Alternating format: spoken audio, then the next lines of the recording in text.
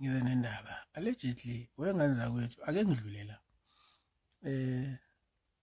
bafowethu angazi noma niyaqonda yini ukuthi ubaba wenkomo wangena kanjani ku-ANC ezegcina eba uSecretary General ngo-1991 if I'm not mistaken, emva kokuphuma kababa Nelson Mandela ngo-1990.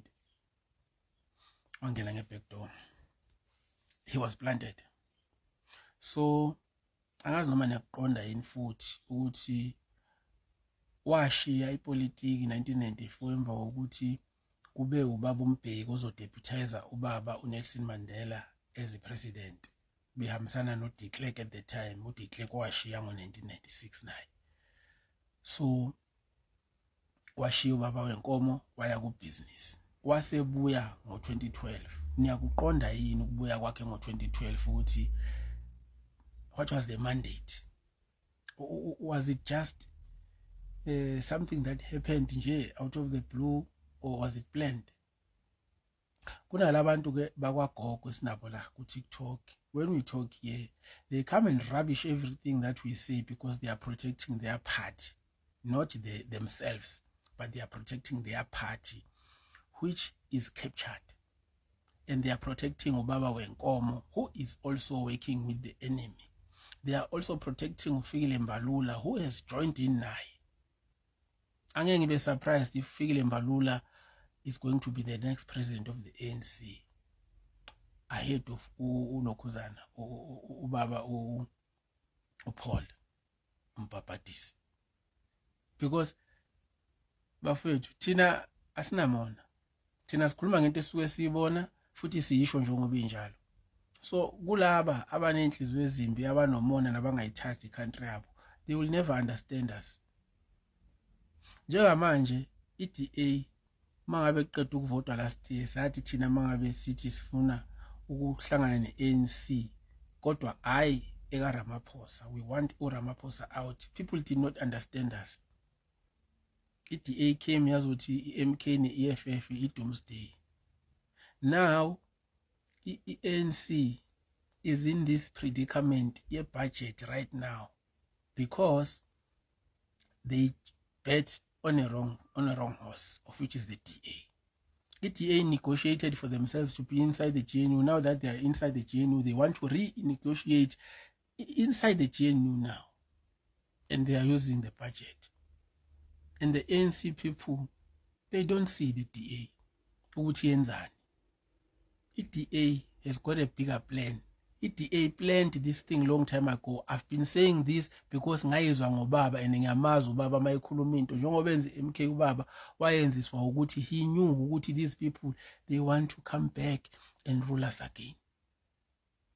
And they are using the back door, just like who? Cyril Ramaphosa. So he was planted there so that he can bring the DA through the back door, and he's doing that. Which is why we said we don't want to work with the ANC of Cyril Ramaphosa, and people did not understand us.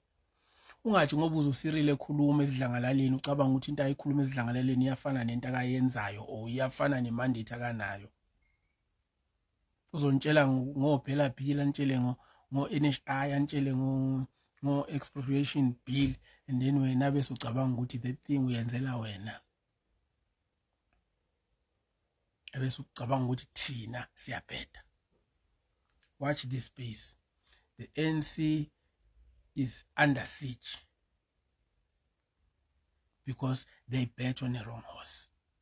They were misled by Ubaba Wenkomo, Nofikile Mbalula, and the few others, including the veterans of the ANC, who are power hungry. They want money.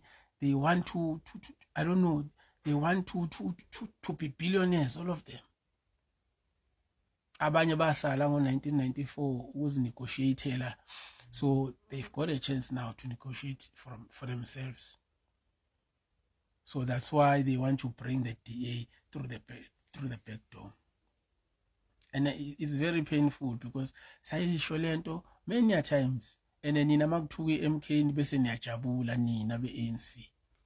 Right now the DA is gonna take over, and I've been saying this, but because you don't understand and you can't see the future, Mbuka la, because why we are blinded by the love of the ANC, the very same ANC that is taking you down.